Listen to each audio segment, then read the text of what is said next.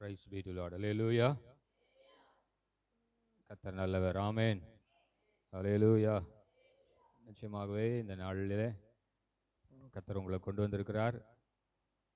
சில நேரங்களில் ஏற்றுக்கொள்ள முடியாத சில வார்த்தைகள் வந்தாலும் அதுவும் கர்த்தர் தான் அந்த இடத்துல இருந்து பேசுவார். ஆமென். ஹல்லேலூயா. இயேசு சிலுவையில் மரித்ததற்கு பின்பு பாரம்பரிய திருச்சபைகள், நான் ஒரு பாரம்பரிய திருச்சபையை சேர்ந்தவனாக இருந்ததுனால எனக்கு தெரியும், ஒவ்வொரு சண்டேவுக்கும் ஒவ்வொரு தலைப்பு வச்சு பேசிகிட்டு இருப்பாங்க. ஏன் அப்படின்னு சொன்னால், இயேசு உயிரோடு கூட எழுந்ததற்கு பிறகு ஒரு 40 நாள் மீண்டுமாக அவர் தம்முடைய சீஷர்களோடும் ஒரு சிலரோடும் ஆண்டவர் ஊழியம் செய்தார். அல்லேலூயா. அதுக்கு வேதத்தில் நிறையா காரியங்கள் இருக்கிறது.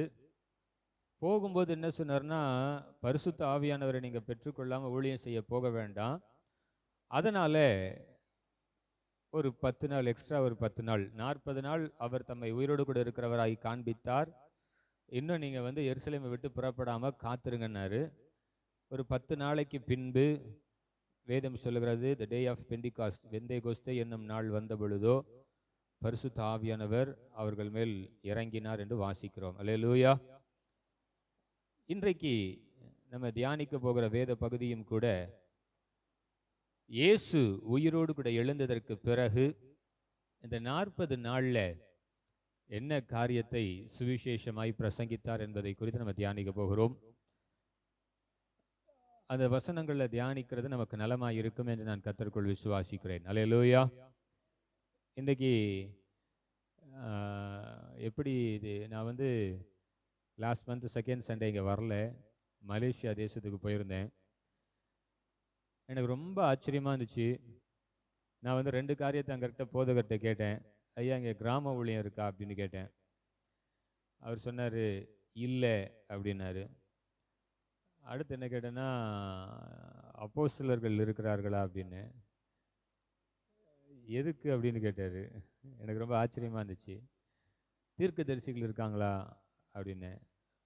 அவர் உடனே வேடிக்கையாக, தான் உங்களை மாதிரி ஆட்கள் அநேக பகுதிகளிலிருந்து வராங்களே, தீர்க்க தரிசன வார்த்தையோடு தான் வராங்க, அப்போ என்ன ஊழியம்தான் இங்கே இருக்குது அப்படின்னா, அவர் சொல்கிறது ஒன்றோடு ஒன்று இணைந்து செல்லக்கூடிய ஊழியம். ஒன்று போதகர்கள், மற்றொன்று மெய்ப்பர்கள். அல்லேலூயா. 5 வகை ஊழியத்தில் சபையில் பிரசங்கிக்கிற போதகர்கள், அவர்களை கண்காணிக்கிற மெய்ப்பர்கள். சரி, இந்த ஊழியத்தின் மூலமாக நீங்கள் என்ன செய்ய நினைக்கிறீங்க அப்படின்னு சொல்லி கேட்டேன். சபையில் ஒரு 2 பேர் பாஸ்டர்ஸ் இருக்கிறாங்க, அவங்க தான் பிரசங்கம், சபை போதகர்கள். அடுத்த வார நாட்களில் இருக்கிற 6 நாட்களும் இந்த சபையில் இருக்கிற மற்ற எல்லா விசுவாச குடும்பத்தாரையும் அழைத்து ஒவ்வொரு நாளில் ஒவ்வொரு ஸ்பெஷல் ப்ரேயர் வச்சுக்கிட்டே இருக்காங்க. அந்த ஊழியத்துக்கு பேர் என்னென்னா ஹவுஸ் சர்ச் அப்படின்றாங்க. என்ன சர்ச்சு? வீடு தான் என்னது? சபை, வீட்டு சபை, அப்படிதான் அது அர்த்தம், ஹவுஸ் சர்ச். சரி, நான் கூட ஒரு நாள் ஈவினிங் நானும் வரலாமா அப்படின்னு. இல்லை, யாராவது இந்த மாதிரி கெஸ்ட்டு வந்தால் புதன்கிழமை ஒரு ஹவுஸ் சர்ச்சில் பேசுவோம் அப்படின்னு சொல்லி சொன்னாங்க. நம்ம யோசனையில் என்ன இருக்கும்? ஹவுஸ் சர்ச்னா வீட்டு கூட்டம். வீட்டில் எத்தனை பேர் இருப்பாங்க? அதிகபட்சம் 4 இல்லை 5. நான் அந்த புதன்கிழமை வீட்டுக்கு போனேன். எனக்கு ரொம்ப ஆச்சரியம். நான் உட்காந்து அப்படியே கவுண்ட் பண்ணேன், 50 பேருக்கு மேலே இருந்தாங்க. அல்லேலூயா. அப்போது அவங்க எதை கிராம ஊழியமாகவோ அல்லது இந்த அப்போஸ்தலர் ஊழியமாகவோ எதை செய்கிறாங்க அப்படின்னா, இந்த ஞாயிற்றுக்கிழமை சபையை தவிர மற்ற 6 நாளும் வீட்டில் கூட்டம் நடக்குது. ஏதாவது ஒரு ஹவுஸில் சர்ச் மாதிரி சர்வீஸ் கண்டக்ட் பண்ணுறாங்க. அன்னைக்கு பார்த்தீங்கன்னா சபையில் இருக்கிறவங்கள ஒரு 25 பேர் இருக்காங்க. ஆனால் சபையை சாராதவங்க இன்னும் எத்தனை பேர் இருக்காங்க? 25 பேர் இருக்காங்க. இப்படி இந்த ஹவுஸ் சர்ச் நடத்தி சபையில் போனீங்கன்னா அன்னைக்கு 400 பேர் 500 பேர் இருக்கிறாங்க. அல்லேலூயா. அப்போ நான் நினச்சிக்கிட்டேன், இந்த மற்ற 6 நாட்கள் செய்கிற ஊழியங்கள் தான் அவங்க கிராம ஊழியம் மாதிரி, சுவிசேஷ ஊழியம் மாதிரி. எங்கே வச்சு பண்ணுறாங்கன்னா, எல்லாருடைய வீட்டில் வச்சு பண்ணுறாங்க. அன்னைக்கு வீட்டில் இருக்கிறவங்கள எல்லாரும் பக்கத்தில் அந்த ஏரியாவில் இருக்கிற எல்லாரையும் இன்வைட் பண்ணுறாங்க. ஏதோ அவர்களால் முடிந்த ஆகாரத்தை கொடுக்கிறார்கள். இப்போ ஞாயிற்றுக்கிழமை பார்த்தீங்கன்னா சபை பெருகிட்டே போகுது. அல்லேலூயா. அப்போ நான் நினச்சேன், எவ்வளோ ஒரு தரிசனத்தோடு கூட செய்கிறாங்க பாருங்க. ஆமேன். அது மாத்திரமல்ல, சபையில் வந்து ஆராதனை வந்து 45 மினிட்ஸ் வர்ஷிப் நடக்குது. ஓப்பனிங் ப்ரேயர் பண்ணி முடித்த உடனே நம்மெல்லாம் என்ன பண்ணிடுறோன்னா உட்கார்ந்து ஆராதிக்கிறோம். போதகர் எழுந்திருங்கன்னு சொன்னால் எழுந்திருக்கிறோம், முழங்கால் படிடுன்னு சொன்னால் முழங்கால் படிடுறோம். அங்கே அப்படிலாம் கிடையாது. அங்கே ஓப்பனிங் ப்ரேயர் பண்ணி சாங் பாட ஆரம்பிச்சிட்டாங்கன்னா 45 நிமிஷமும் மேக்சிமம் ஜனங்கள் நின்று ஆராதிக்கிறாங்க. அப்படி இல்லைன்னா முழங்கால் படியிட்டு ஆராதிக்கிறாங்க. நான் போன சபையில் 45 நிமிடம் 3/4 மணி நேரம் ஆராதனை நடந்தது. அதில் யாருமே என்ன பண்ணல, சேரில் உட்காரல, தரையில் என்ன பண்ணல, உட்காரல. முடிந்த வரைக்கும் 45 நிமிஷமும் நிற்கிறாங்க. அப்படி இல்லைன்னா ஒரு அவங்கள தாங்கி நிற்கிறதுக்கு ஒரு டேபிள் மாதிரி இருக்குது, அதில் முழங்கால் படிட்டு அந்த டேபிள் மேலே கை வச்சுக்கிறாங்க. நம்மளால் 45 நிமிஷம் முதல்ல நிற்க முடியுமா? அதில் வந்து 3 மணி நேரம் அந்த சர்வீஸ் நடக்குது. இந்த 3 மணி நேரமும் போதகர் ஸ்டேஜிலே நிற்கிறாரு, ஆராதிக்கிறார், அவங்களோட கூட வசனத்தை பிரசங்கிக்கிறார். இப்போ நான் கேட்டேன், ஐயா இப்போ நாங்கள் இந்தியாவிலேருந்து வந்திருக்கோம், உங்களுடைய காரியத்தை நீங்கள் எப்படி எடுத்துக்கொள்கிறீங்கன்ட்டு. பிரதர், நாங்கள் வர வேண்டான்னு சொல்லலை, ஆனால் அங்கேருந்து இங்கே வர வேண்டிய காலகட்டம் முடிஞ்சிருச்சு. இப்போ சபைகள் எல்லாம் உயிர் மீட்சி அடைந்து எழுப்புதல் அடைந்து ஆண்டவர் சபைகளெல்லாம் பயங்கரமாக ஆசீர்வதிச்சிட்டார் அப்படின்னு சொல்கிறார். அல்லேலூயா. எனக்கு ரொம்ப ஒரு பக்கம் அவங்களுக்கு அது மகிழ்ச்சி, அவங்களோட கூட அவங்களுடைய மகிழ்ச்சியில் நான் பங்கு பெறுகிறேன், நன்றி. ஆனால் மற்றொரு பக்கம் நம்ம தமிழ்நாட்டிலையும் நம்ம தமிழ்நாட்டில் இருக்கிற சபைகளை பார்க்கும்போது எனக்கு ஒரே வருத்தமாக இருந்தது. அல்லேலூயா. இங்கேருந்து ஒரு காலகட்டத்தில் மிஷினரிகளும் ஊழியர்களும் அடுத்த தேசத்துக்கு போய் சுவிசேஷத்தை பிரசங்கம் பண்ணாங்க. இப்போ நாம் அவங்கள பார்த்து என்ன பண்ண வேண்டியதாக இருக்குது, கற்றுக்கொள்ள வேண்டிய நிலைமையில் இருக்கிறோம். எனவே மிகுந்த ஞானத்தோடு பயபக்தியோடு சபையும் சபைக்கடுத்த காரியங்களிலும் நாம் நம்மை ஈடுபடுத்திக் கொள்வோம். அப்பொழுதுதான் கர்த்தர் நம்ம என்ன பண்ண முடியும், ஆசீர்வதிக்க முடியும். ஹல்லேலூயா. கண்களை மூடி கொஞ்ச நேரம் ஜெபம் பண்ணலாமா?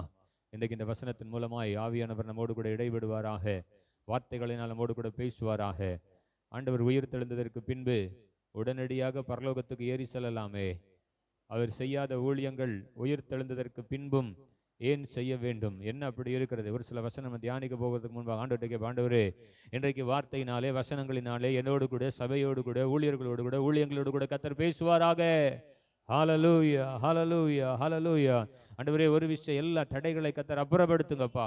ஆண்டவரே இருதயத்தில் காணப்படுகிற பலவிதமான போராட்டங்களை கர்த்தர் எடுத்து போடுங்க. ஆண்டவரே வசனத்துக்கு விரோதமாய் வார்த்தைக்கு விரோதமாய் ஆண்டவரே சத்துரு கொண்டு வருகிற எல்லா எதிர் வல்லமைகள் இயேசுவின் நாமத்தில் எங்களை விட்டு விலகுவதாக. ஆண்டவரே எங்கள் இருதயங்களை திறந்தருளும், செவியை திறந்தருளும், விருத்த சேதனம் பண்ணும், நேரத்தை மகிமை நேரமாய் மாற்றும், ஆசீர்வதியும். இயேசு கிறிஸ்துவின் நாமத்தில் ஜெபிக்கிறோம் பிதாவே, ஆமென். ஹல்லேலூயா. சொல்லுங்க அல்லேலூயா. கர்த்தர் நல்லவர். மத்தேயு 28வது அதிகாரம் முதல் வசனம்.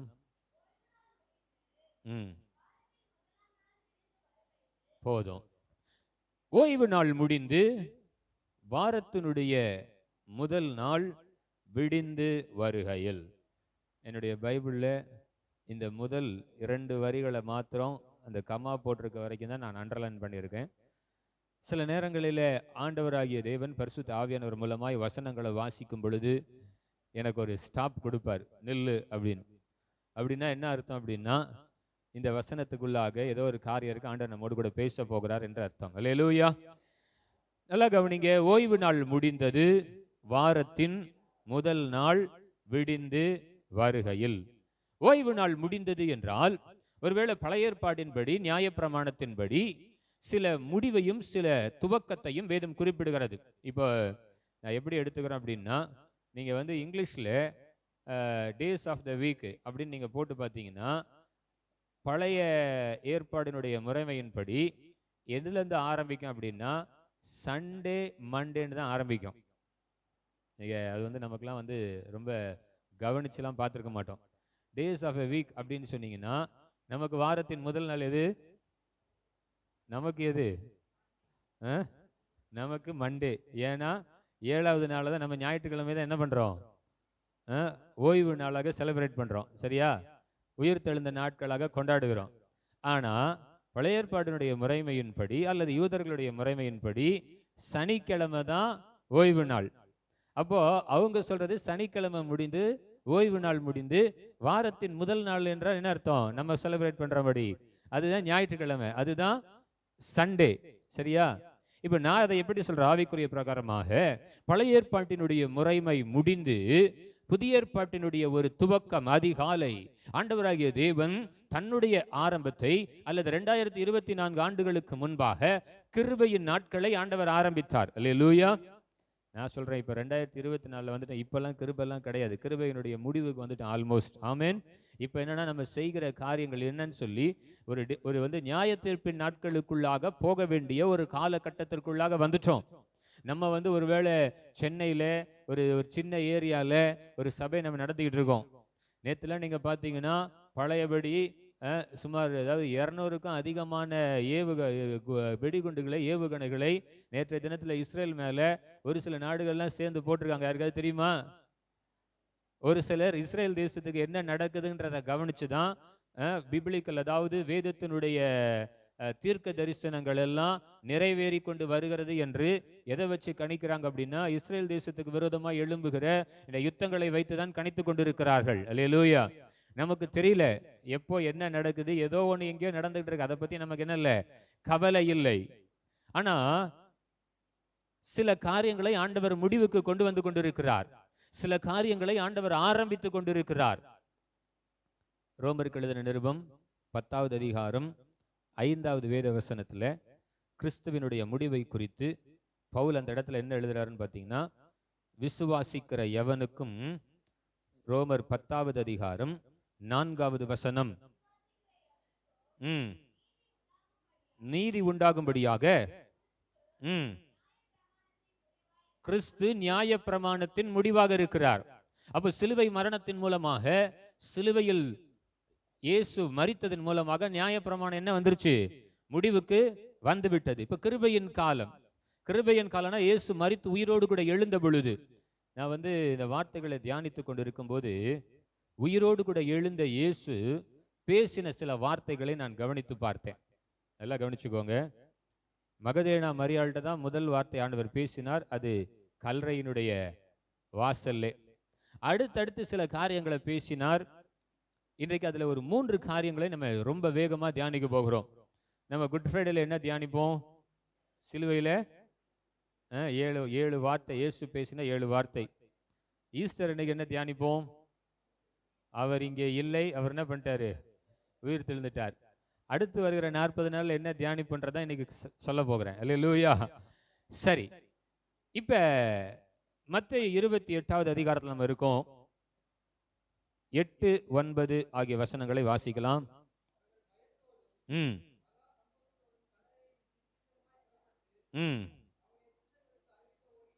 அவர்கள் ஒன்று பயத்தோடும் இரண்டாவது மகா சந்தோஷத்தோடும் கல்லறையை விட்டு புறப்பட்டு போனாங்க. சீஷர்களுக்கு அறிவிக்க போனாங்க. 9வது வசனத்தை கவனிங்க.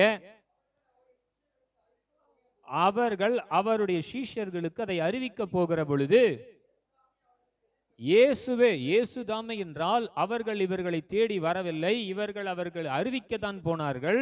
அந்த நேரத்தில் இயேசுதாமே அவர்களுக்கு எதிர்பட்டு வாழ்க என்றார். அல்லேலூயா. போதும்.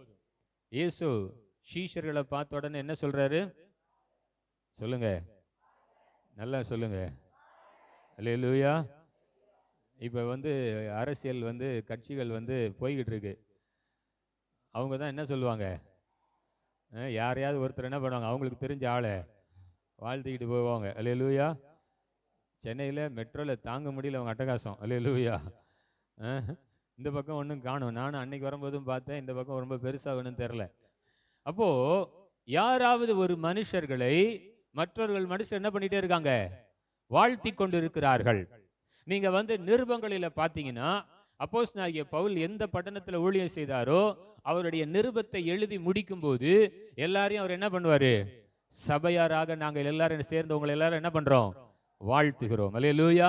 நிருபங்களில எல்லா நிருபங்களிலும் கடைசியாக அந்த நிருபத்தை எழுதி முடிக்கும் போது அந்த சபைக்கு பவுல் சொல்லுகிற காரணம் என்னன்னா, வாழ்த்துக்கள். அல்லேலூயா. அப்ப யோவான் வந்து அவர் ஒரு நமக்கு தெரிஞ்ச வாக்குத்தத்த வசனம், பிரியமானவளே பிரியமானவளே உன் ஆத்துமா வாழ்கிறது போல நீ எல்லாவற்றிலும் என்ன பண்ணணும், வாழ்ந்து சுகமாக இருக்கணும். அப்ப அது என்னது? அது ஒரு வாழ்த்துதல். அல்லேலூயா. மரியாள் தேவ தூதனை சந்தித்த பொழுது அவர் சொல்றான், கிருபை பெற்றவளே நீ வாழ்க. அல்லேலூயா. எலிசபெத்தை போய் மரியாள் சந்தித்த பொழுது அவளை வாழ்த்தினாள் என்று வேதம் சொல்லுகிறது. அவருடைய வாழ்த்துதல் சத்தம் கேட்ட உடனே வயிற்றில் இருந்த பிள்ளை என்ன பண்ணுச்சான்? அல்லேலூயா. பக்கத்துல எல்லாரையும் பார்த்து சொல்லுங்க, நீ வாழ்கன்னு சொல்லுங்களேன். அல்லேலூயா. மனசுக்குள்ள ஒளிகன்னு சொல்லாதீங்க. அல்லேலூயா. மனசுக்குள்ள என்ன இருக்கு? மனசுக்குள்ள ஒண்ணும் இல்லையா? அப்படின்னா இன்னொருத்தர சொல்லுங்க, நீ வாழ்க. சகோதரியே நீ வாழ்க.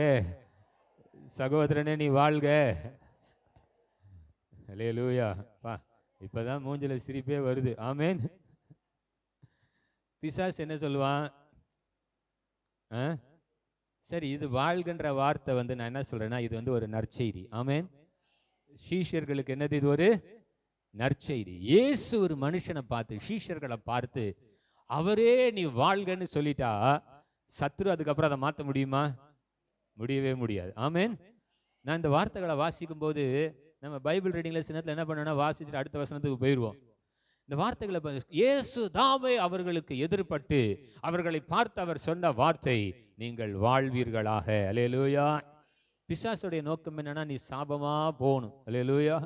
உனக்கு அனுப்புறதெல்லாம் நற்செய்தி இல்லை, உனக்கு வரதெல்லாம் என்ன செய்தி தான்? பிசாசு அனுப்புனா துர்ச்செய்தி தான். அவனுடைய காரியங்கள் சாபம், தடை, போராட்டம், இப்படிதான் பிசாசினுடைய காரியங்கள். ஆனால் கர்த்தர் அவர்களை பார்த்து முதலாவது சொன்ன காரியம் என்னன்னா, அவர்களை அவர் வாழ்த்தினார் என்று வேதம் சொல்லுகிறது. அல்லேலூயா. நான் சொல்றேன், இந்த நாள்ல இதுவரைக்கும் நீங்க கடன்ல இருந்திருக்கலாம், இது வரைக்கும் உபத்திரவத்தில் இருக்கலாம், நோயில் இருந்திருக்கலாம், போராட்டங்கள்ல இருக்கலாம், நமக்கு சத்ருவால் அனுப்பப்பட்ட துர்ச்செய்திகள் நம்ம நிறைய கேட்டிருக்கலாம். ஆனா அந்த உயிர் தெழுந்ததற்கு பின்பாக அவரை விசுவாசிக்கிறவர்களுக்கு அவர் சொல்லுகிற காரியம் என்னவென்றால், வாழ்க என்று சொல்லி அவர்களை ஆசீர்வதித்தார். அல்லேலூயா. லூக்கா 24வது அதிகாரத்துக்கு நம்ம பார்க்கும் பொழுது 50, 51 ஆகிய 2 வசனங்களை நீங்கள் வாசித்து பார்ப்பீர்களானால், லூக்கா இயேசுவின் சுவிசேஷம் 24வது அதிகாரம் வசனம் 50வது 51ல சீஷர்களை, அவரோடு கூட இருந்தவர்களை, பின்பு அவர் பெத்தானியா வரைக்கும் அவர்களை அழைத்து கொண்டு போய் தம்முடைய கைகளை உயர்த்தி முதலாவது என்ன பண்ணாரு? வாழ்க என்றார். பின்பு பெத்தானியா வரைக்கும் அவர்களை அழைத்து கொண்டு போய் அவர்களை என்ன பண்ணாராம்? ஆசீர்வதித்தார் என்று வேதம் சொல்லுகிறது. அவருடைய ஆரம்பம், அவருடைய சந்திப்பு என்னன்னா, அந்த 40 நாட்களிலே முதல்ல அவர்களை வாழ்க என்று வாழ்த்தினார். அதற்கு பிறகு இந்த அடுத்த வசனத்தை நீங்க வாசித்து பார்க்கும்போது, அவர்களை ஆசீர்வதிக்கையில் அவர்களை விட்டு பிரிந்து பரலோகத்துக்கு அவர் என்ன பண்ணாரு? எடுத்துக்கொள்ளப்பட்டார். அப்போ கடைசியா மேல அவர் ஏறும்போது, பரலோகத்துக்கு எடுத்துக்கொள்ளப்படும் பொழுது அவர்களுக்கு சொன்ன காரியம் என்னன்னா, அவர்களை தம்முடைய கைகளை உயர்த்தி அவர்களை ஆசீர்வதித்தார். அல்லேலூயா. நான் சற்று யோசிச்சு பார்த்தேன். அப்ப இயேசுவினுடைய நோக்கம் என்னவாக தான் இருந்தது? நம்ம வாழ்ந்து இருக்கணும். எப்படி இருக்கணும்? ஆசீர்வாதமாக இருக்கணும். இன்றைக்கு பல காரியங்களிலே இந்த வாழ்க என்று சொல்லுகிற இந்த வார்த்தைக்கும், அவர்களை ஆசீர்வதித்தார் என்று சொல்லுகிற இந்த வார்த்தைக்கும் 2 எதிர்மறையான காரியங்களும் இருக்கிறது. அதையும் நம்ம பார்க்க போறோம். நல்லா கவனிங்க. இந்த 2 எதிர்மறையான காரியம் என்னவென்றால், இயேசுவை நாங்கள் சந்தித்தோம் என்று சீஷர்களோ அல்லது சந்தித்த மரியாளோ வந்து மற்றவர்களிடத்துல சொல்லும்போது முதல் காரியம் என்னன்னா, அவர்கள் நம்பவில்லை. அல்லேலூயா. இரண்டாவது, அதனுடைய இணைந்து செல்லுகிற மற்றொரு வார்த்தை, அவர்களை விசுவாசிக்கவில்லை. நல்லா கவனிங்க. அவர்களை வாழ்க என்று அவர்களை வாழ்த்தினார், தம்முடைய கைகளை உயர்த்தி அவர்களை ஆசீர்வதித்தார்னு வேதம் சொல்லுகிறது. இந்த 2 காரியமும் ஒரு மனுஷனுடைய வாழ்க்கையில செயல்பட்டால் அவன் இன்னைக்கு இருக்கிற நிலைமையில இருக்கக்கூடாது, இருக்க முடியாது. சரியா? ஆனா இந்த காரியங்கள் செயல்படாமல் இருக்கிறதற்கான காரணம் என்ன அப்படின்னா, ஒன்று சந்தேகம், மற்றொன்று அவ்விசுவாசம். அல்லேலூயா. இப்ப இதுல சில காரியத்தை நம்ம பார்க்க போறோம். இயேசு உயிரோடு கூட எழுந்து ஒரு சிலருக்கு அவர் வெளிப்பட்டார், ஒரு சிலருக்கு வந்து சந்தேகம். இப்ப இந்த சந்தேகத்துல அவர் கடிந்து கொண்ட ஒரு வார்த்தைகளையும் நம்ம வாசிக்க போகிறோம். லூக்கா 24வது அதிகாரம் 13வது வசனத்துல 13, 14. இந்த அன்றைய தினத்திலே அவர்களில் 2 பேர்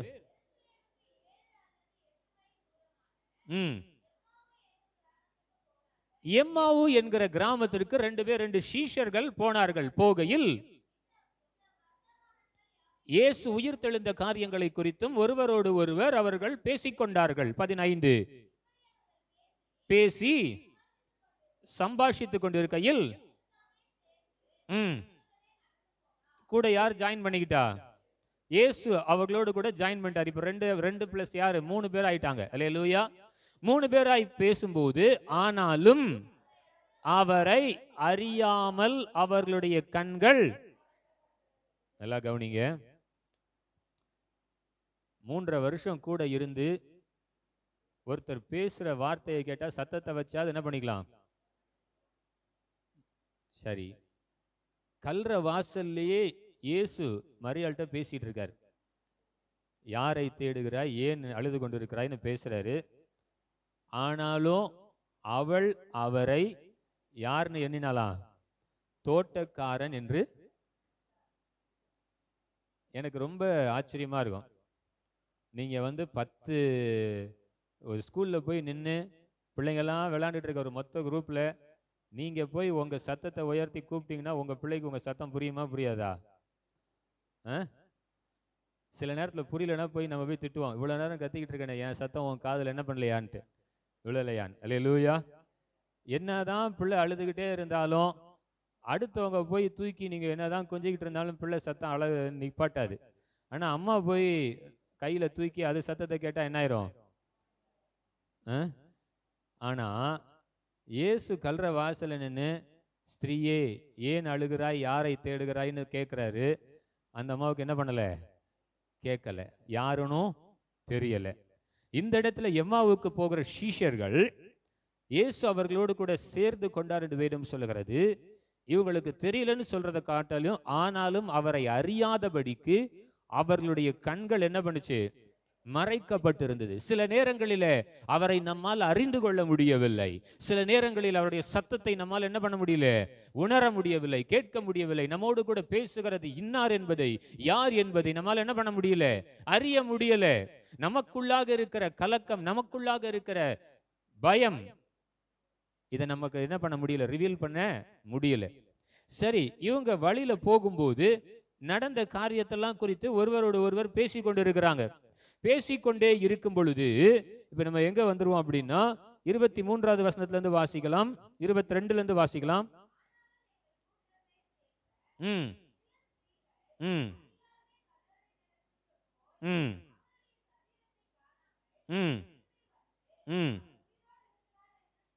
ம் ம் நடந்த காரியத்தை சொல்றாங்க. எங்களை அவர்கள் பிரமிக்க பண்ணினார்கள். தேவ தூதர்கள் சொன்ன செய்தியை அவர்கள் எங்களிடத்துல சொன்னார்கள். அவருடைய சரீரத்தை காணவில்லை என்றார்கள். 24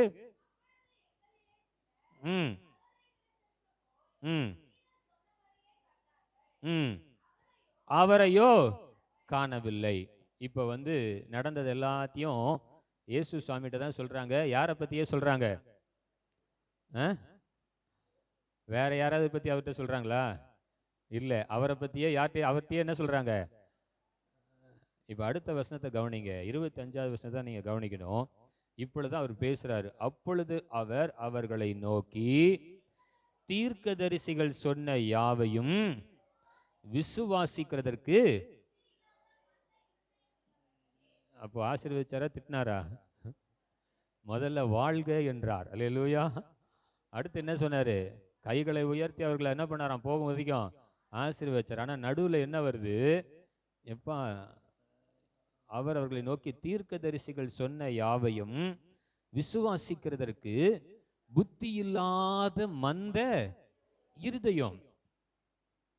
இது எப்படின்னா ஒரு ஒரு ஒரு மனுஷனுக்கு இருக்கக்கூடாத ஒரு கேடான காரியம். நம்முடைய ஆசீர்வாதத்துக்கு தடை என்ன என்று சொன்னால், விசுவாசிக்கிறதற்கு புத்தி இல்லாத மந்த இருதயம். எனக்கு என்ன இருக்கு? எல்லாருக்குள்ளயும் இருக்கு. ஒரு சம்பவத்தை சொல்றேன் கேளுங்க. பேதுருவை கொண்டு போய் ஜெயிலில் போட்டாங்க. விசுவாச சபையார் எல்லாரும் என்ன பண்றாங்க? பேதுருவுக்காக சபையில கூடி பேதுருவுக்காக என்ன பண்றாங்க? ஜெபம் பண்றாங்க. ஏன் அன்னைக்கு மாத்திரம் அந்த ஜெபம் ரொம்ப அவசியமா இருந்ததுன்னா, ஏரோது என்ன பண்ணிட்டான்னா யாக்கோபை வந்து கொலை பண்ணிட்டான். அதெல்லாம் யூதர்களுக்கு ரொம்ப பிரியமா இருந்துச்சான். அல்லேலூயா.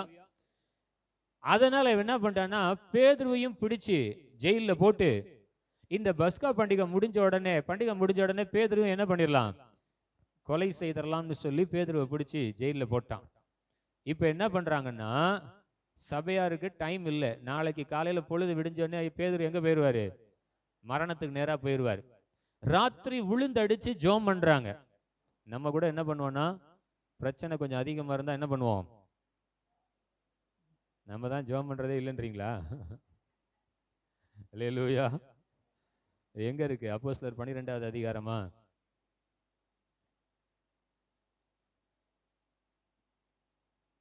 அஞ்சாவது வசனம். 12:5.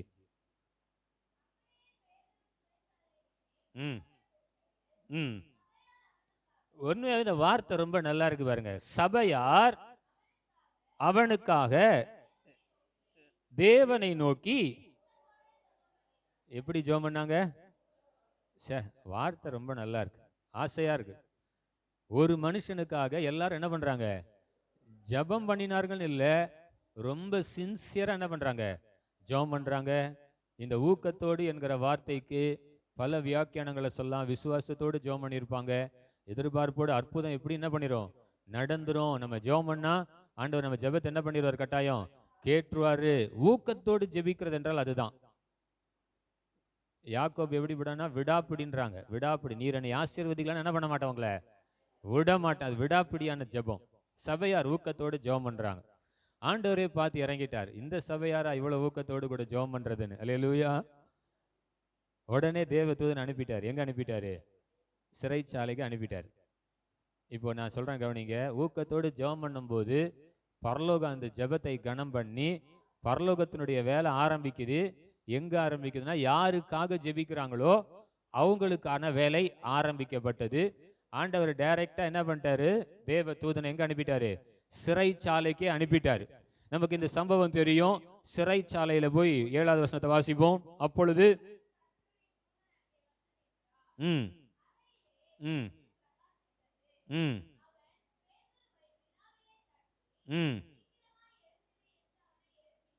போதும். இப்ப ஊக்கத்தோட ஜெபம் பண்ண உடனே பரலோகம் செயல்பட ஆரம்பிச்சிச்சு. தேவ தூதனை இறங்கி வந்து பேதுருவை விழாவில தட்டி சீக்கிரமா எழுந்திரு என்றான். இப்ப நடந்தது என்னன்னா, எல்லா காவலையும் தாண்டி ரோட்ல கொண்டு வந்து பேதுருவை விட்டான். பேதுருவுக்கு அப்பதான் வந்து தெளிவு உண்டானது. என்னடா ஜெயில இருக்கிறோம், ஆனா இப்போ நம்ம எங்க வந்துட்டோம்? ஜெயில இல்ல, வெளியில வந்துட்டோம்னு சொல்லி நடந்தது மெய் என்று அறிந்து என்று 11வது வசனம் முடிகிறது. அப்பொழுது நடந்த காரியம் எல்லாம் கர்த்தர் தம்முடைய தூதனை அனுப்பினார் என்று நான் இப்பொழுது மெய்யாய் அறிந்திருக்கிறேன் என்று சொல்லி அவன் இப்படி நிச்சயித்து கொண்டு மார்க்கு என்னும் பெயர் கொண்ட யோவானுடைய தாயாகிய மரியாளுடைய வீட்டுக்கு வந்தான். அங்கதான் என்ன பண்ணிட்டு இருக்காங்க? எல்லாரும் அங்கேதான் அநேகர் கூடி ஜெபம் பண்ணிட்டு இருக்காங்க. அல்லேலூயா. நல்லா கவனிங்க. நான் திரும்ப சொல்றேன். ஊக்கத்தோடு எங்க ஜெபம் பண்ணாரோ, எங்க சனங்கள் சபையாரெல்லாம் சேர்ந்து ஜெபம் பண்ணாங்களோ, அதே வீட்டுக்கு யார் வந்துட்டா? இப்போ பேதுரு வந்துட்டாரு. சரியா? அடுத்த 2 வசனங்களை, அடுத்த வசனத்தை வாசிப்போம். 13.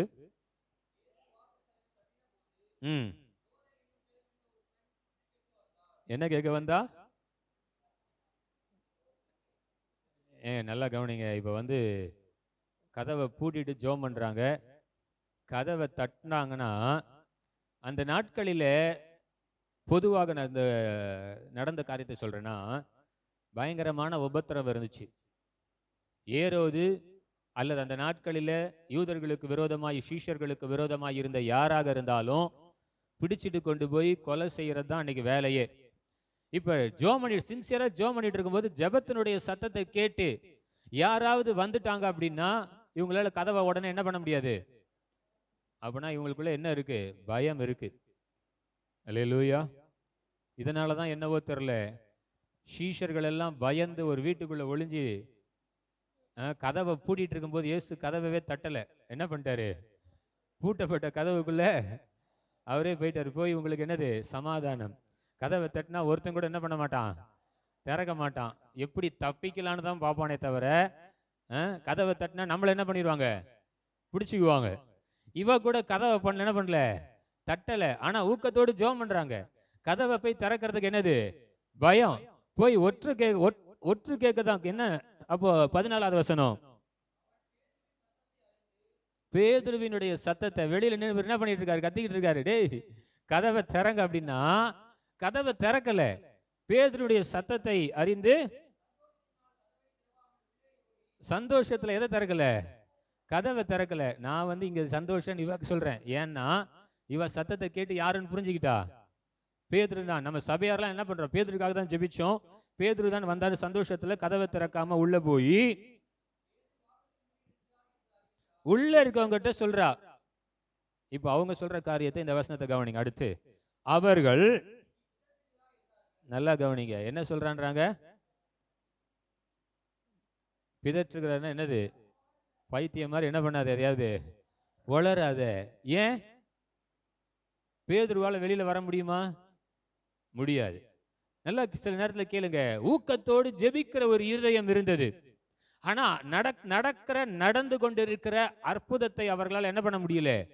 விசுவாசிக்க முடியவில்லை. இவங்க சொல்றாங்க இயேசு உயிரோடு கூட எழுந்தார்னு எம்மாவோ சீஷர்கள் பேசுகிறார்கள். இந்த சங்கதியெல்லாம் உனக்கு தெரியாதா? அங்க ஸ்திரீகள் போய் பார்த்தாங்க, இயேசு அவருடைய சரீரம் அங்க இல்ல. இதை சொன்ன சீஷர்களும் ஒரு சிலர் ஓடி போய் பார்த்தாங்க. அவங்க சொன்ன மாதிரி இயேசுனுடைய சரீரம் என்னல அங்க இல்ல. அப்படின்னா என்ன ஆச்சு? அவர் உயிர் தெழுந்தார் தான். ஆனா விசுவாசிக்கிறதுக்கு என்ன இல்லை? இருதயம் இல்லை. அல்லேலூயா. இன்னைக்கு நம்ம கிறிஸ்துவ வாழ்க்கையிலேயே இருக்கிற பெரிய பிரச்சனை இதுதாங்க. அந்த வசனம் எப்படி முடியுது? அவர்கள் நீ பிதற்றுகிறாய் என்றார்கள், அவளோ அவர்தான் என்று உறுதியா என்ன பண்றா? எனக்கு சத்தம் புரிஞ்சிருச்சுங்க. அது யாரு தான்? பேதுரு தான். அவர்தான் உறுதியாய் சாதித்தாள். அடுத்து என்ன சொல்றாங்க? அல்லேலூயா. அப்படின்னா என்ன அர்த்தம்? இன்னும் வந்தது பேதுரு தான் சொல்லி அவங்களால என்ன பண்ண முடியல. ஆமா, இயேசுவையே அவ்வளவு சீக்கிரம் நம்பல. அல்லேலூயா. அவருடைய தூதனாகவும் என்ன பண்ணலாம்? இருக்கலாம் என்றார்கள். பேதுரு பின்னும் தட்டி கொண்டிருந்தான். அவர்கள் திறந்த பொழுது அவனை கண்டு பிரமித்தார்கள். அல்லேலூயா. நம்ம விசுவாசத்தோட ஜெபம் பண்றோம்னு சொல்றோம். ஆனா அற்புதத்தை எப்படி ஆண்டவர் செய்வார்னு சொல்லி நமக்கு என்ன இல்லை? இல்ல நம்ம ஒரு வழியை வச்சிருப்போம். இப்படி நடந்தாதான் நம்ம என்ன பண்ணுவோம்? அவர்களை பேசாதிருக்கும்படி அவன் கை அமர்த்தினான்னு வேதம் சொல்லுகிறது. அப்போ ஊக்கத்தோடு கூட ஜெபிக்கிறாங்க. ஆனா எதிர்பார்ப்புல விசுவாசம் என்னவா இருக்குது? ஜீரோவா இருக்கு. பேதுரு வந்தா நீ பிதற்றுகிறாய், அவர் யாரையாவது தூதனை அனுப்பியிருக்கலாம். இன்னும் போய் கதவை என்ன பண்ண மாட்டாங்க, யாரும் திறக்கல. எனக்கு அன்பான தேவ பிள்ளைகளே, நாம் எப்படிப்பட்டவர்களா இருக்கக்கூடாது என்று இயேசு அவர்களை கடிந்து கொண்டார் என்றால், தீர்க்கதரிசியின் மூலமா இவ்வளவு காரியத்தை பேசியும் அதை விசுவாசிப்பதற்கு ஏற்றுக்கொள்ளுகிறதற்கு இருதயம் இல்லாமல் மந்த இருதயம் உள்ளவர்களாய் நீங்கள் இருக்கிறீர்கள். அல்லேலூயா. இன்னைக்கு நம்ம ஆசீர்வாதத்தை பல ஆசீர்வாதத்தை லிஸ்ட் போட்டு ஆண்டவர்கிட்ட கேட்டுக்கிட்டு இருக்கோம். ஆனால் விசுவாசிப்பதற்கு நமக்கு என்ன இல்லை? ஒரு தெளிந்த புத்தி இல்லை, நல்ல ஒரு திடமான ஆவி இல்லை, மந்த இருதயம் தான் நமக்குள்ளாக இருக்கிறது. அப்போ இயேசு உயிரோடு கூட எழுந்ததற்கு பிறகும் இன்னும் அவருடைய விசுவாசத்தை பலப்படுத்துவதற்காகவே அவர்களை சந்திக்கிறதற்கு அவர் அடுத்து வந்துகிட்டே இருக்கிறார். அல்லேலூயா. உயிரோடு கூட இருக்கும் போது இதை குறித்து அதிகமா பேசினார். மார்த்தாள் இடத்துல சொன்னது என்ன? நீ விசுவாசித்தால் மகிமையை பார்ப்பாய். வசனமே அங்க நிறைய இருக்கு. எவ்வீரை பார்த்து சொல்றாரு, ஜெபீருவே நீ ஜெப ஆலயத்தினுடைய தலைவன், நீ இன்னும் எப்படி இரு? விசுவாசம் உள்ளவனாய் இரு. உயிரோடு கூட இருக்கும் போது பிரசங்கித்தது அதுதான். உயிர் தெழுந்ததற்கு பின்பும் கடிந்து கொண்டதும் அதுதான். இன்னும் எது வரைக்கும் மந்த இருதயத்தோடு விசுவாசிக்கிறதற்கான இருதயம் இல்லாமல் இன்னும் எது வரைக்கும் இப்படிப்பட்ட இருதயம் உள்ளவர்களாய் இருப்பீர்கள்? அல்லேலூயா. மூன்றாவதாக யோவான் எழுதின இயேசுவின் சுவிசேஷம் 21வது அதிகாரம் இந்த 21வது அதிகாரத்தில் பின்மாற்றம் அல்லது பழைய தொழில், சரி அப்படியே வாசிங்க முதல் வசனத்துல இருந்து.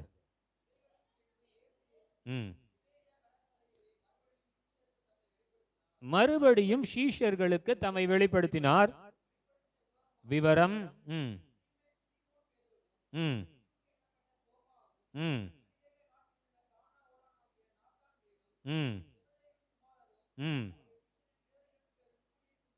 கிட்டத்தட்ட 5 இல்ல 6 அல்லது 7 பேர் வந்துட்டாங்க.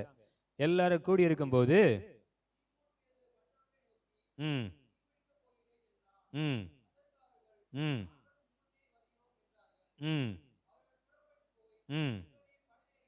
போதும்.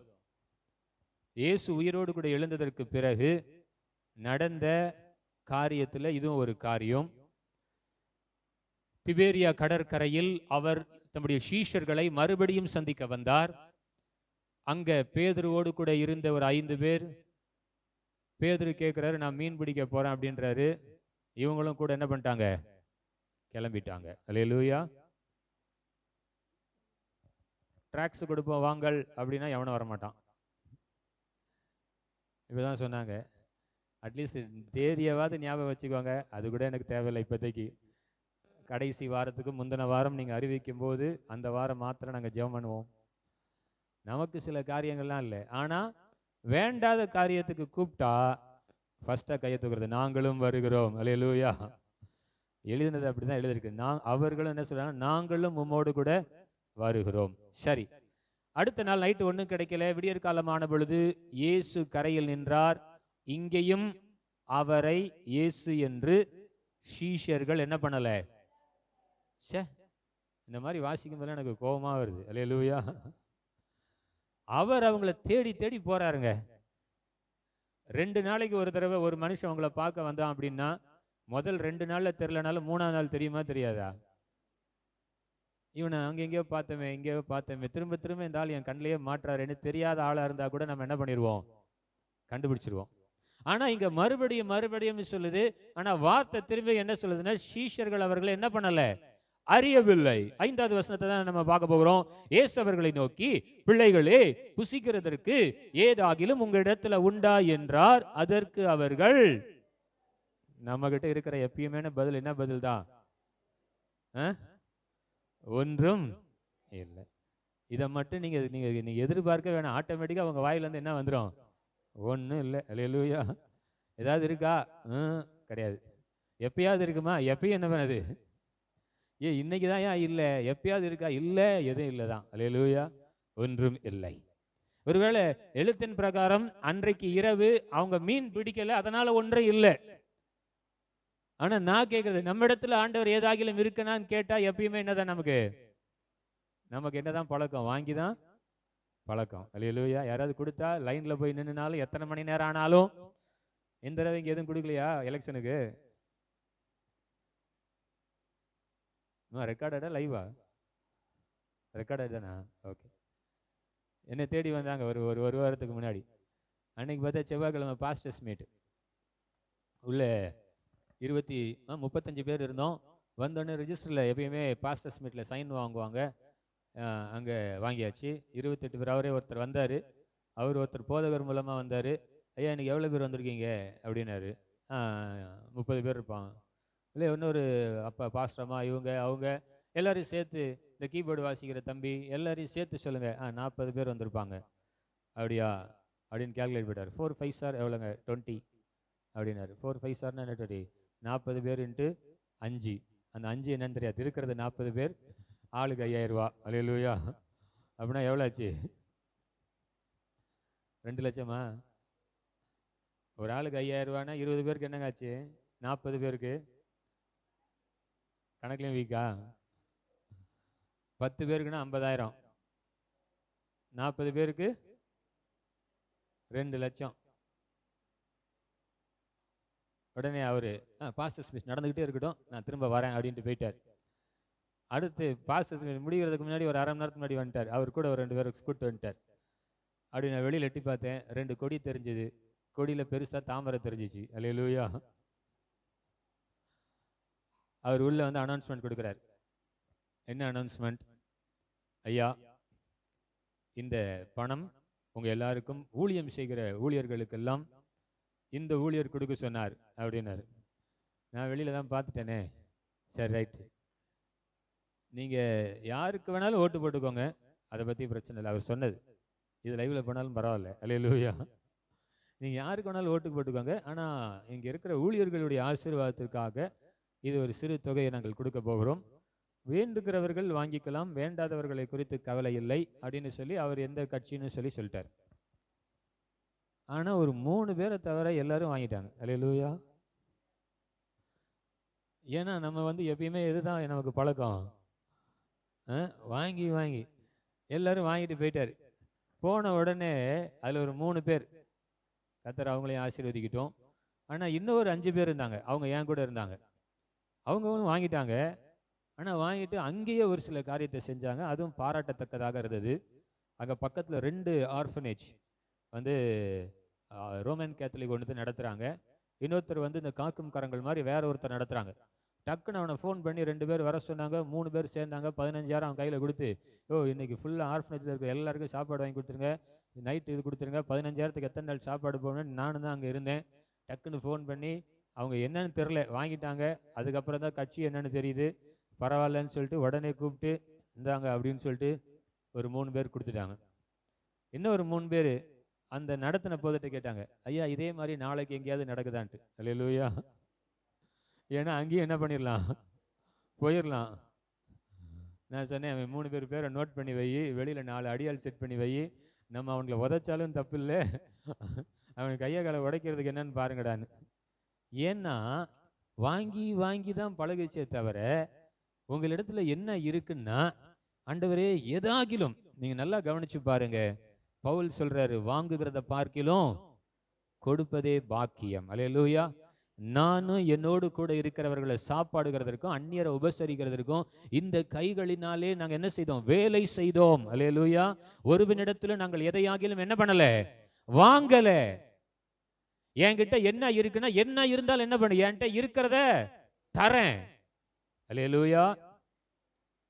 பாருங்க, நோவாட்ட ஆண்டவர் கட்டளை கொடுக்கிறாரு. என்ன கட்டளைனா, பேழைய உண்டு பண்ணு, அதுல எல்லாத்தையுமே ஆணும் பெண்ணுமா ஜோடி ஜோடியா என்ன பண்ணு, மிருக ஜீவன்கள் ஊரும் பிராணிகள் எல்லாத்தையும் என்ன பண்ணு, உள்ள ஏத்து அப்படின்றாரு. நோவா கர்த்தருடைய வார்த்தைக்கு கீழ்ப்படிந்தான். பேழையை அவர் சொன்னபடியே செய்து முடித்தான். நோவா கமாண்ட் கொடுத்ததுக்கு அப்புறம் எல்லாம் ஜோடி ஜோடியா ஜோடி ஜோடியா எல்லாத்துலயும் ஆண்டவர் சிருஷ்டித்த எல்லாவற்றிலும் அந்த பேழைக்குள் உள்ள வந்துருச்சு. சரியா? இப்ப மழை பெய்ய ஆரம்பிச்சிருச்சு. மழை பெய்ஞ்சு முடிச்சிருச்சு. எங்க இருக்கு டாபிக்ல சம்பந்தம் இல்லாம போகுது. சரி, ஆதியாகமங்களின் புஸ்தகத்துல மழை பெஞ்சு முடிஞ்ச உடனே நோவா வந்து என்ன பண்ணாரு? எல்லாத்தையும் திறந்து விட்டார். 6வது அதிகாரம், 6வது அதிகாரமா, மழை பெஞ்சு முடிச்சது 7வது அதிகாரம். 7வது அதிகாரத்துல 7வது வசனத்துல என்ன பேசுறது? சாரி, 8:7, 8வது அதிகாரம், மன்னிக்கவும், 8வது அதிகாரம் 7வது வசனத்துல ஒரு காக்காவை வந்து வெளியே விட்டார்.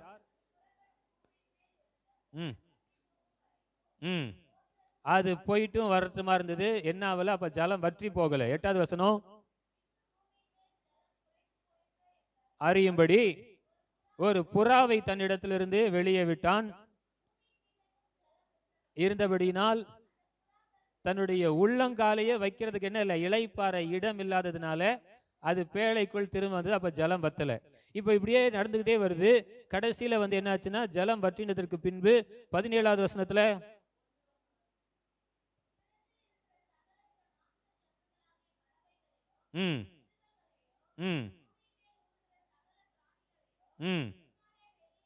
வெளியே வரவிடு, பூமியிலே திரளாய் வர்த்தித்து, ஆண்டவர் சொல்லிட்டாரு, எல்லாத்தையும் என்ன பண்ண, வெளியில நான் சிருஷ்டித்த எல்லாவற்றிலும் அவைகள் ஆணும் பெண்ணுமாக சேரணும், வெளியில வரணும். வந்ததுக்கு அப்புறம் அது பூமியின் மேல் பலுகி பெருகவும் கடவுது என்று சொன்னார். இப்ப 2 பேரா எடுத்து வச்சிருந்தா எல்லாத்துலயும் ஒரு ஜோடி தான். சரியா? இப்ப ஒரு வசனத்தை வாசிக்கிறேன். இதுல ஒரு காரியம் இருக்கிறது. 20வது வசனத்துல, அப்பொழுது நோவா கர்த்தருக்கு ஒரு பலிபீடம் கட்டி சுத்தமான சகல மிருகத்திலும் சுத்தமான சகல பறவைகளிலும் சிலவற்றை தெரிந்து கொண்டு அவைகளை பலிபீடத்தின் மேல் தகன பலிகளாய் பலியிட்டான். நல்லா கவனிங்க, எல்லாத்துலயும் ஒரு பேர் தான், ஒரு இதுதான். அப்போ ஒரு ஜோடியவோ இல்ல ஒரு பறவையோ பலி செலுத்தினா அதனுடைய சந்ததி என்ன இருக்காது, பூமியில வந்திருக்காது. ஆனால் இதை எப்படி இந்த காரியத்தை நான் எடுத்துக்கொள்றேன் அப்படின்னா, நோவா அதிக ஞானத்தோடு என்ன செஞ்சிருக்கிறாருன்னா, நிச்சயமா கர்த்தர் இவைகளை பிழைப்பூட்டுவார். அவர் பிழைப்பூட்டுகிற நாளில நான் கர்த்தருக்குன்னு நான் என்ன பண்ணணும், ஒரு ஜோடி என்ன பண்ணணும், சிலவற்றை நான் என்ன பண்ணணும், கர்த்தருக்கென்று எடுத்து வைக்க வேண்டும் என்று சொல்லி நோவா தேவனை மகிமைப்படுத்தும்படி, தேவனை கனம் பண்ணும்படி, அவருக்கு கனத்தை செலுத்தும்படி அவன் பலிகளுக்காக சிலதை அவன் கட்டாயம் என்ன பண்ணிருக்கணும், எடுத்து வச்சிருக்கணும். அல்லேலூயா. நீங்க பாருங்க, நீங்க ஏதாவது ஆண்டவருக்குன்னு எடுத்து வச்சிருக்கீங்களா? நான் சில நேரத்தில் இது எனக்கு நான் பேசுகிறதற்கு சில நேரத்தில் என் மனைவி ஒரு இடத்துல என்னை திட்டவே திட்டினா, நீங்க என்ன செய்றீங்கன்னு ஏன் ஸ்டேஜில் சொல்றீங்க, பெருமை பேசுறீங்களா அப்படின்ட்டா. அல்லேலூயா. நான் என்ன பண்ணுவேன்னா, இப்பவே 4 வாரமோ 5 வாரமோ ஒரு 500 ரூபாய் என் பிள்ளைகளுக்கு கொடுத்து பைபிள்லேயே அதை வச்சிருங்க. எதுக்கு வச்சிருங்க? சர்ச்சில் போனால் என்ன பண்ணும், காணிக்க போடணும். நான் தனியாக கொடுப்பேன். இல்லைனாலும் நீங்க என்ன பண்ணணும், ஏசப்பாவுக்குன்னு எப்பயுமே என்ன பண்ணணும், வச்சிருக்கணும். ஏதாவது என்ன பண்ணணும், வச்சிருக்கணும். திடீர்னு இந்த வாரம் பார்த்துட்டு அடுத்த வாரம் இல்லையா, என்கிட்ட கேட்டுனால நீங்க என்ன பண்ணணும், வச்சிருக்கணும். அங்க போயிட்டு எது இல்லைன்ட்டு வரக்கூடாது. அல்லேலூயா. கழுதையை காணும்னு 2 பேர் தேடிக்கிட்டு போறாங்க. யார் 2 பேரு? அதுல ஒரு 4 ஊர் பேர் இருக்கு. இந்த ஊருக்கு போனான், அந்த மலைக்கு போனான். எதை தேடுறதுக்கு? கழுதையை தேடுறதுக்கு. கழுதை என்ன பண்ணவே இல்லை, கிடைக்கவே இல்லை. அங்க இங்கன்னு சுத்தி தீர்க்கதரிசி இருக்கிற இடத்துக்கு வந்துட்டானுங்க. அப்போ அங்க இருக்கிற ஒரு ஆள் சொல்றாரு, உன் கழுதை காணுமா, இங்க ஒரு மனுஷன் இருக்கிறான், அவன்கிட்ட போ. அவர் என்ன பண்ணிடுவாரு, கரெக்டா சொல்லிடுவார். யார் அவர்னா? சாமுவேல். இப்போ சவுல் சொல்றாரு, 1 சாமுவேலின் புஸ்தகம் 9வது அதிகாரம்.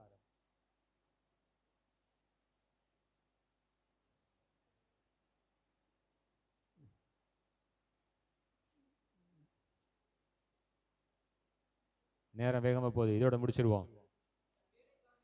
எங்க வசனம் இருக்கு? 7ஆ? வாசிங்க. கேட்குறான் பாருங்க.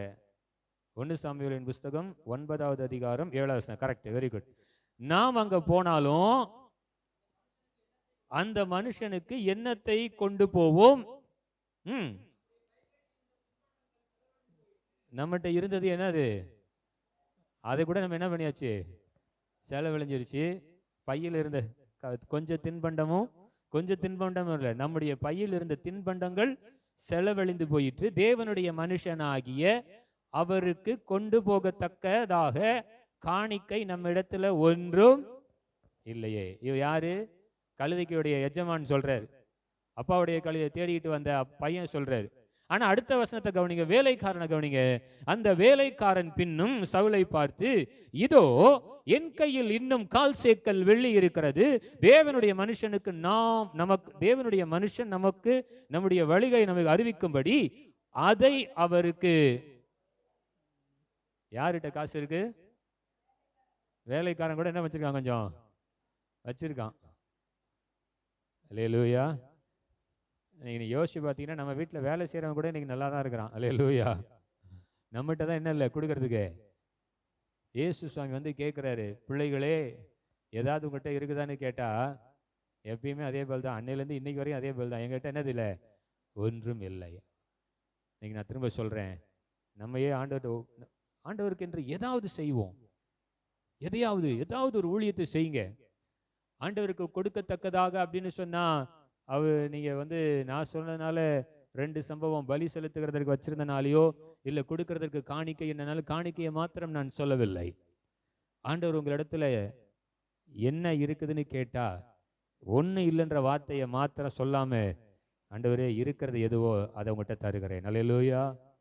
அப்போ பாருங்க, இன்னும் அவங்கள ஆண்டவர் ட்ரெயின் பண்ணி தான் அந்த 40 நாள் அளவும் கொண்டு வந்தார். இன்னும் அநேக காரியங்கள் இருக்கிறது.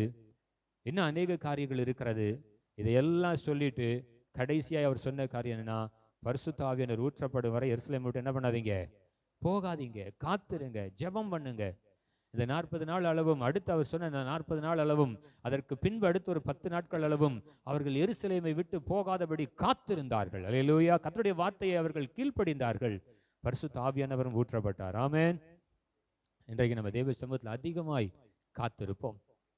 கடைசி நாட்கள் வருகிறது, கொடிய நாட்கள் வருகிறது. நான் சொன்னேன், இது நியாயப்பிரமாணத்தினுடைய முடிவு. இயேசு சிலுவையில் மரித்து அந்த நாள் அல்லது அடுத்து உயிர் தெழுந்துற முந்தின நாள் அது ஓய்வு நாளாக இருந்தது. அடுத்த நாள் பொழிந்து விழுந்து வருகையில்னு வாசிக்கிறோம். அழகா பேதுரு ஒரு வார்த்தையை சொல்லுகிறார் தன்னுடைய முதலாவது நிருபத்தில். 1 பேதுரு 4வது அதிகாரம் 7வது வசனத்தை மாத்திரம் வாசி நம்ம ஜெபம் பண்ணலாம். 1 பேதுருவின் புஸ்தகம் 4வது அதிகாரம் 7வது வேத வசனம். எல்லாவற்றுக்கும் முடிவு சமீபமாய் இருக்கிறது, ஆகையால் தெளிந்த புத்தியுள்ளவர்களாயிருந்து ஜெபம் பண்ணுகிறதற்கு ஜாக்கிரதை உள்ளவர்களாயிருங்கள். அல்லேலூயா. கடைசியான தெளிந்த புத்தியுள்ளவர்களாயிருங்க. எதுக்கு ஜாக்கிரதையா இருங்க? ஜெபம் பண்ணுகிறதற்கு ஜாக்கிரதையா இருங்க. அல்லேலூயா. நான் சொல்றேன், அலட்சியமாக இருப்பீர்களானால் கைவிடப்படுவோம். அல்லேலூயா. கைவிடப்படுவோன்ற வார்த்தைக்கு எவ்வளவு டீப் இருக்குன்னு தெரியாது. அதுக்கப்புறம் புலம்பி ஒரு பிரயோஜனமும் இல்லை. கண்களை மூடி நம்ம ஜெபம் பண்ணலாம். ஆண்டவரே, உயிர் தெழுந்ததற்கு பின்பும் 40 நாள் அளவும் தமக்காக, தம்முடைய ஊழியர்களுக்காக, விசுவாசிகளுக்காக, சகோதரிகளுக்காக, அந்த இடத்துல இருந்த அநேகருக்காக ஆண்டவர் ஊழியம் செஞ்சிட்டு இருந்தார். இன்றைக்கும் பரிசுத்த ஆவியானவர் நமக்கு போதிக்கிற காரியம் என்ன? உன்னிடத்தில் என்ன இருக்கிறது? விசுவாசத்துல இன்னும் பலப்படுங்க. ஹல்லேலூயா. எல்லாரும் கண்களை மூடி கர்த்தரை ஸ்தோத்திரம் பண்ணுவோம். இன்றைக்கு நம்ம இடத்துல நிறைய குறைகள் இருக்கிறது. எதைத்தான் ஆண்டவர்கிட்ட கேட்கறது? எனக்கு வேணும் வேணும்னு கேட்டுக்கிட்டு தான் இருக்கீங்களே தவிர ஒன்றையும் பெற்றுக்கொண்ட மாதிரி தெரியல. ஹல்லேலூயா. இன்றைக்கு நமக்கு உணர்வுள்ள இருதயத்தை ஆண்டவர் நமக்கு தரட்டும். இன்னும் பாவத்துல நம்மள அநேகர் இன்னும் செய்த பாவங்களையே திரும்ப செய்து கொண்டிருக்கிறோம். இன்னைக்கு நம்முடைய காரியத்தில் ஒரு ஜெயம் இல்லை. ஆண்டவர்கிட்ட கேட்போம், ஆண்டவரே இன்னும் எனக்கு கிருபை தாங்கப்பா, பலனை தாங்க ஆண்டவரே, பரிசுத்த ஆவியானவரை தாங்கப்பா ஆண்டவரே, கண்டித்து உணர்த்துகிற ஆவியானவர் எனக்கு தாங்க ஆண்டவரே, நாங்கள் செய்யக்கூடாது என்பதை ஆண்டவரே எங்களுக்கு உணர்த்துகிற ஆவியானவர் எங்களுக்கு தாங்க, அபிஷேகத்தை தாங்க, வல்லமையை தாங்க, கிருபை